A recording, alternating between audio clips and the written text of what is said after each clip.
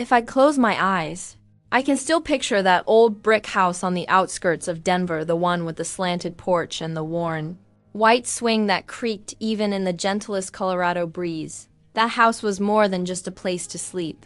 It was the backdrop for all the most important chapters of my life, and the place where my story truly began.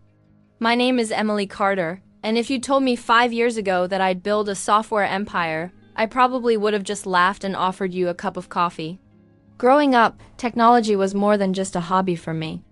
My mother, Anne, likes to say that I inherited my stubbornness and curiosity from my late grandmother, Evelyn, who was one of the earliest female programmers in America.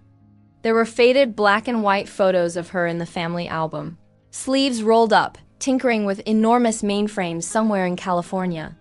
She passed away before I was born, but her legacy lived on in the stories Mom told me, and in the drive I felt every time I sat down at a computer. By the time I was 10, I'd built my basic website. By 14, I was fixing my neighbor's Wi-Fi for pocket money. But it was my father, Richard Carter, who set the stage for everything that came after. Dad had started Carter Financials in the late 90s, long before anyone thought of Denver as a place for finance or tech. The company was small, just a handful of employees, mostly old friends from college, and a few persistent interns who stuck around year after year. We weren't poor, but we weren't swimming in cash either.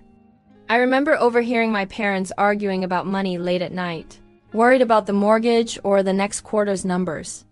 Dad would always put on a brave face, but I saw the way he watched the mailbox for new clients and the tired lines that deepened around his eyes each year.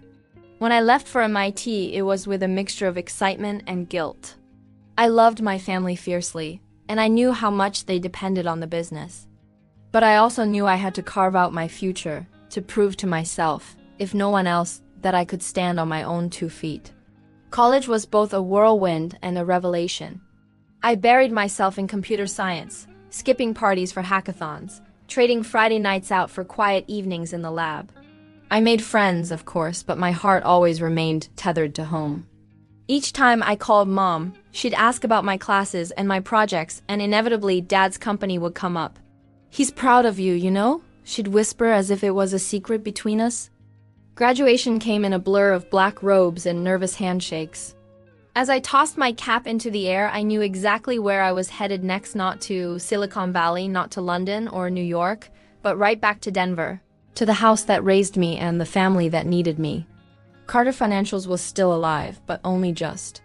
The world had changed around Dad's business, and he was struggling to keep up.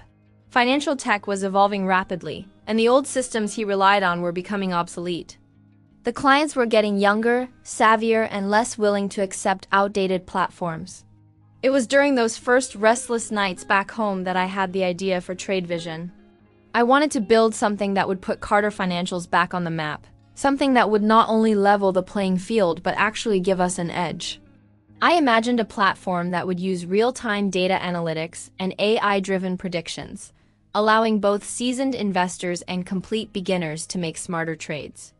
The idea burned in my brain like a fever, and before I knew it, I was sketching wireframes and scrawling notes on napkins and envelopes, too excited to sleep. Mom was my constant cheerleader. She brought me endless cups of coffee, kept my favorite snacks stocked, and gently nudged me toward bed when I'd been staring at the screen too long. "Emily," she'd say, "what you're building is going to change our lives." Dad was more cautious, skeptical even, but I saw a glimmer of hope in his eyes that hadn't been there for years. Together, we converted the spare bedroom into a makeshift office, stacking boxes of old paperwork out of the way to make room for my dual monitors and servers. The months that followed were some of the hardest and most exhilarating of my life. I coded through snowstorms and summer rain, driven by the vision of what TradeVision could become. I read every book I could find on market algorithms, called up my professors for advice, and even reached out to a few MIT friends for feedback. I wanted the software to be intuitive yet powerful, something that would disrupt the way people thought about trading. After nearly a year of relentless work, countless sleepless nights, and more debugging than I care to admit, TradeVision was ready. We launched the platform with little fanfare, a modest press release, a few cold calls to former clients, and a hopeful post on LinkedIn. At first, nothing happened. The silence was deafening, and I began to wonder if I'd made a terrible mistake. But then, the numbers started to change. Clients old and new began signing up, drawn in by the software's simplicity and results. Word of mouth spread faster than I ever expected. Within 3 months, our revenue doubled. Within 6, it had quadrupled. I watched in disbelief as Carter Financials went from barely scraping by at $1.2 million to bringing in over $512 million. The figures felt unreal, a string of numbers on a screen that couldn't possibly belong to us. Our house changed too. The creaky swing was replaced with a new one, the kitchen was remodeled, and my parents finally took the vacation to Europe they'd always dreamed about. For the first time in years, laughter echoed through our halls. Dad walked with a spring in his step, and Mom started painting again, her canvases bursting with color and hope. Looking back, those days felt almost magical. I was proud, elated, and maybe just a little bit invincible. But in all that success, I missed the subtle cracks forming beneath the surface, the jealous looks, the whispered conversations, the sense that my triumph was starting to change the people around me. I wish I'd paid more attention, but at the time, I was just too busy building my father's empire to notice the storm brewing on the horizon. Autumn has always been my favorite season in Denver. There was something about the crispness of the air, the way the sunlight turned the city gold, and the sound of leaves crunching underfoot that made even the most stressful days feel softer. That October, however, would forever be burned into my memory as the month my world shifted, when the warmth of home and family turned cold and unfamiliar, and trust gave way to betrayal. It started innocently enough, or so I thought. One morning I came in early to the Carter Financials office, balancing a pumpkin spice latte and my laptop bag, only to find an unfamiliar luxury car parked in Dad's reserved spot. Inside, the atmosphere buzzed with a strange energy, like everyone was holding their breath. I shrugged it off and made my way to my father's office, rehearsing the pitch for a new feature I'd designed for TradeVision. But as I pushed open the heavy glass door, I stopped short.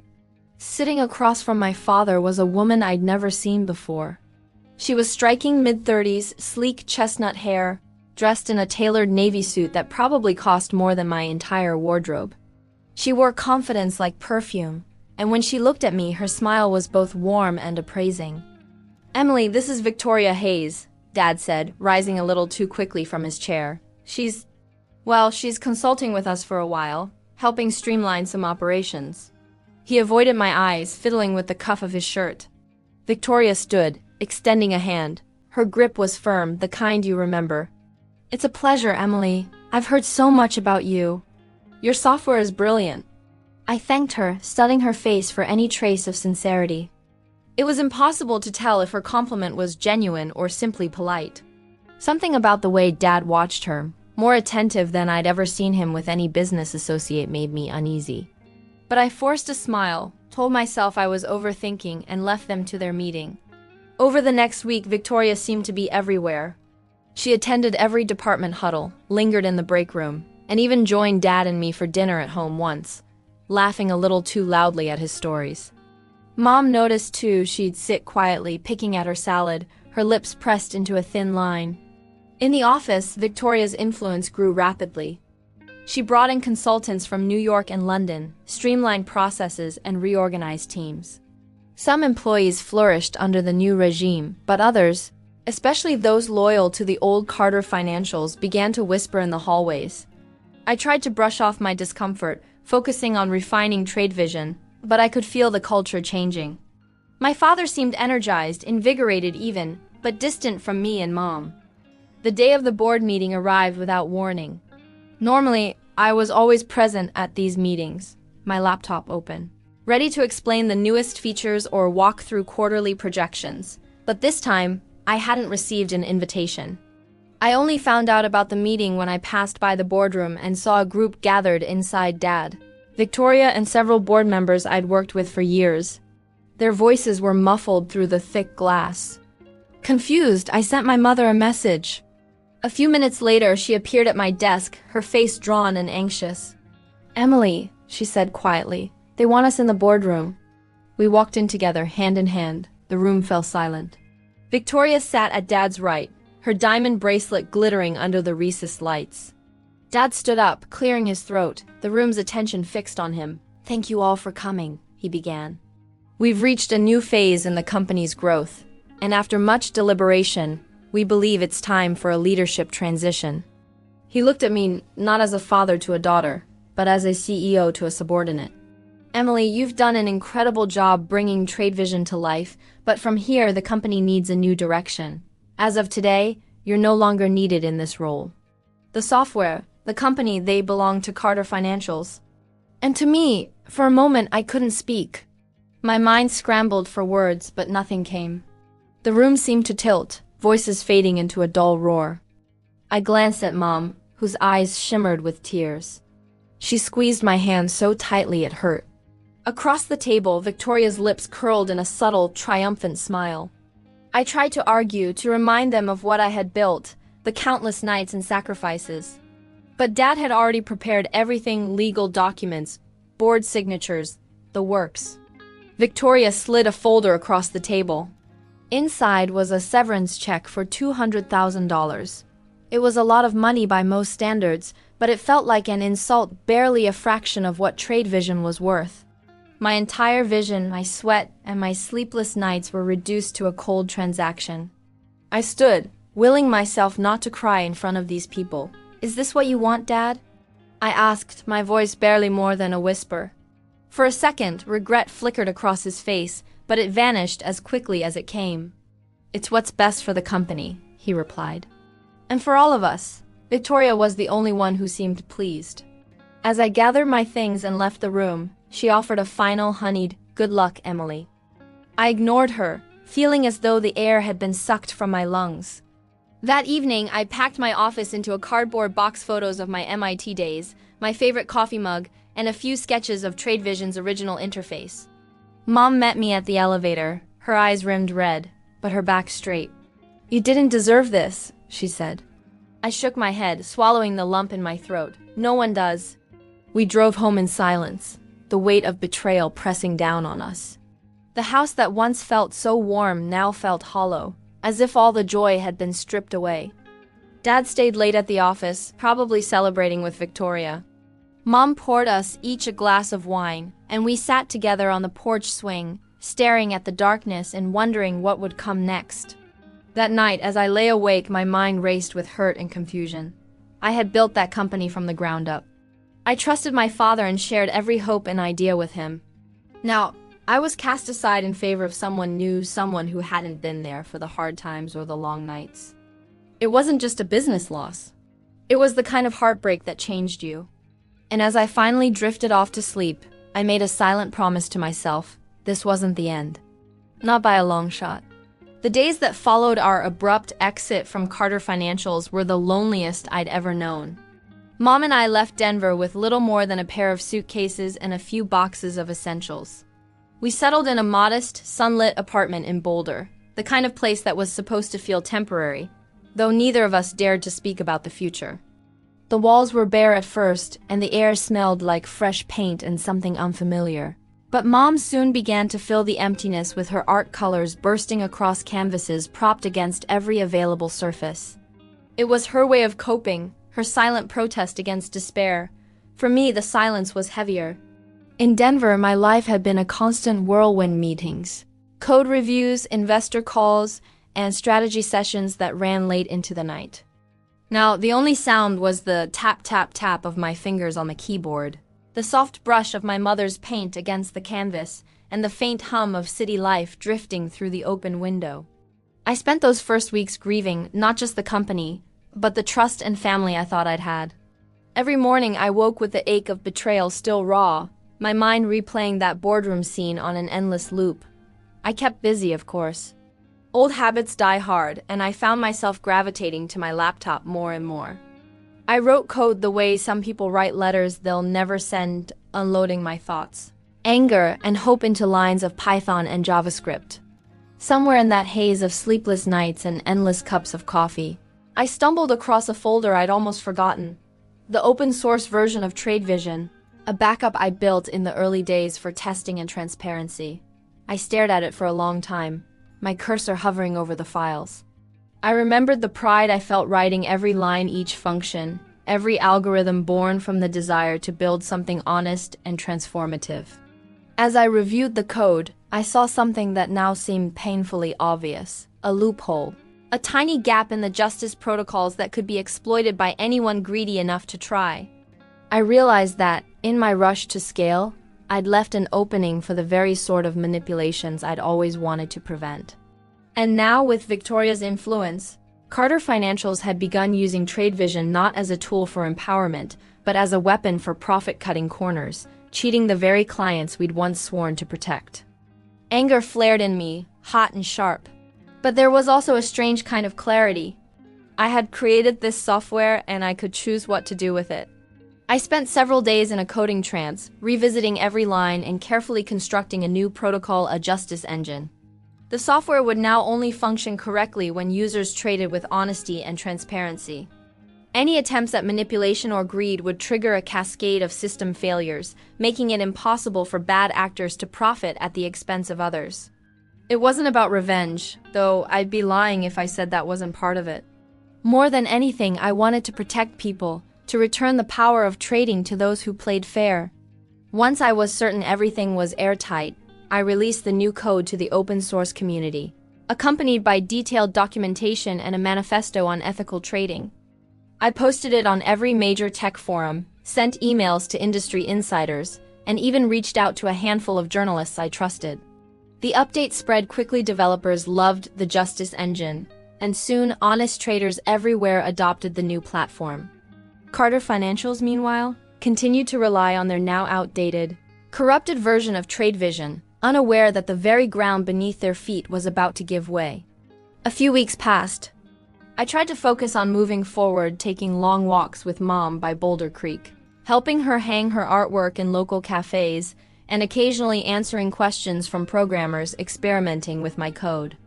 I heard rumors of growing frustration inside Carter Financials, unexplained errors, plummeting client trust, and a growing exodus of both staff and investors.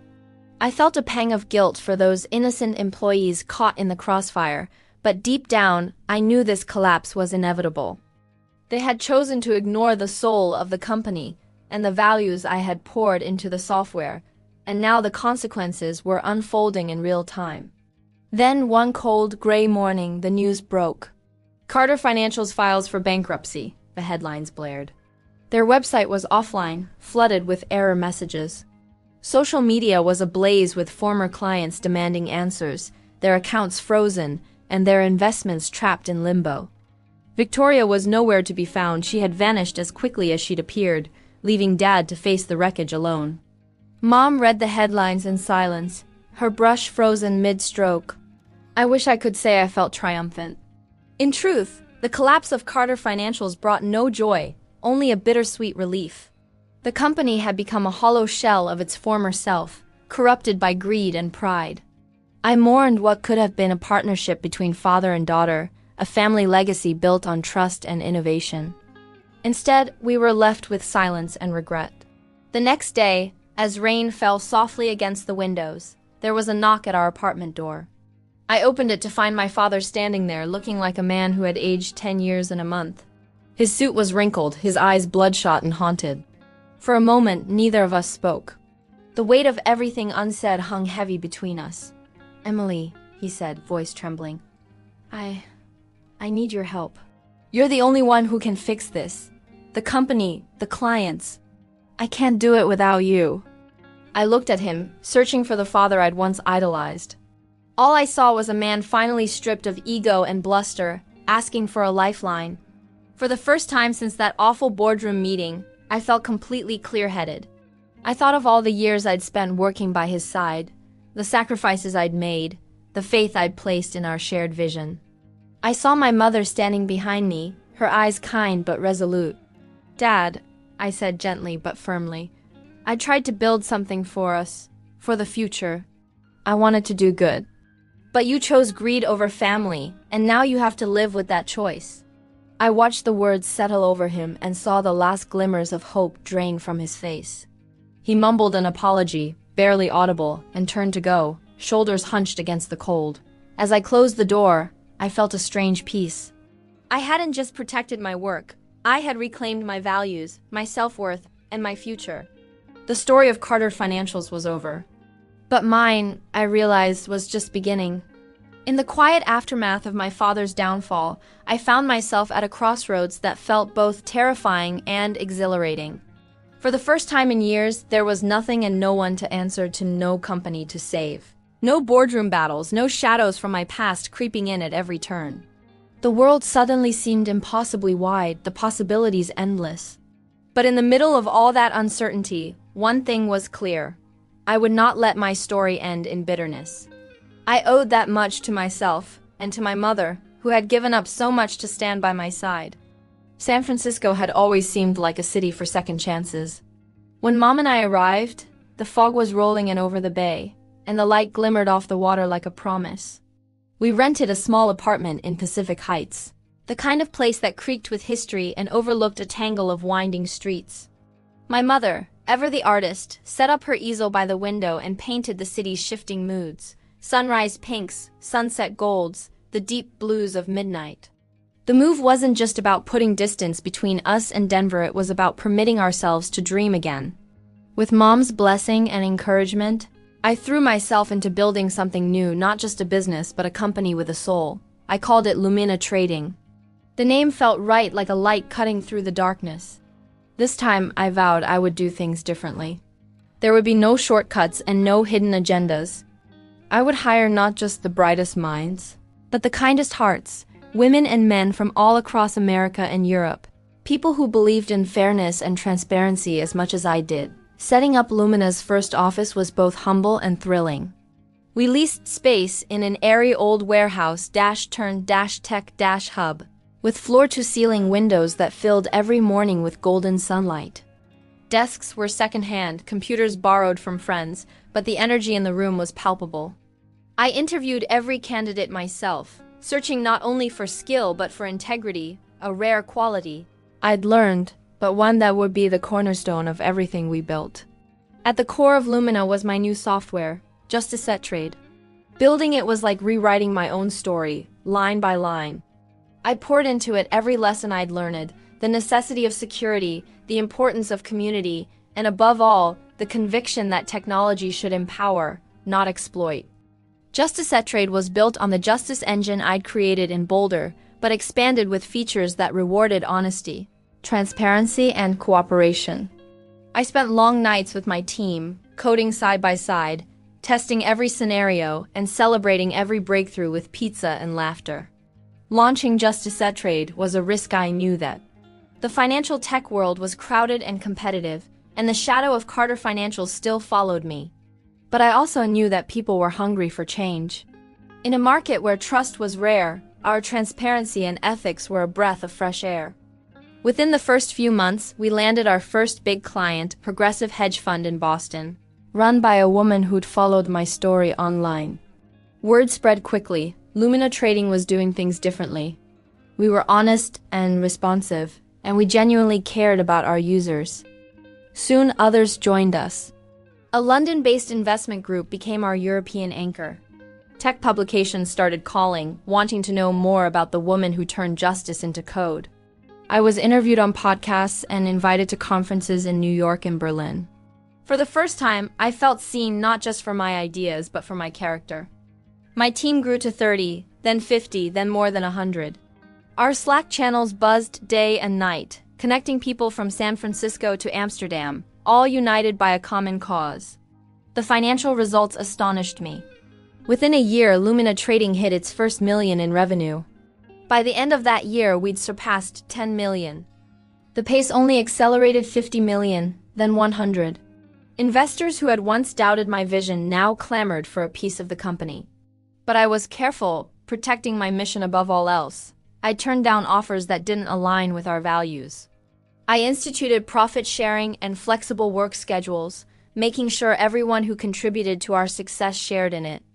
One afternoon, a magazine arrived in the mail. There, on the cover of Forbes, was my face beneath the headline, "Justice in the Market: How Emily Carter is Changing Finance Forever."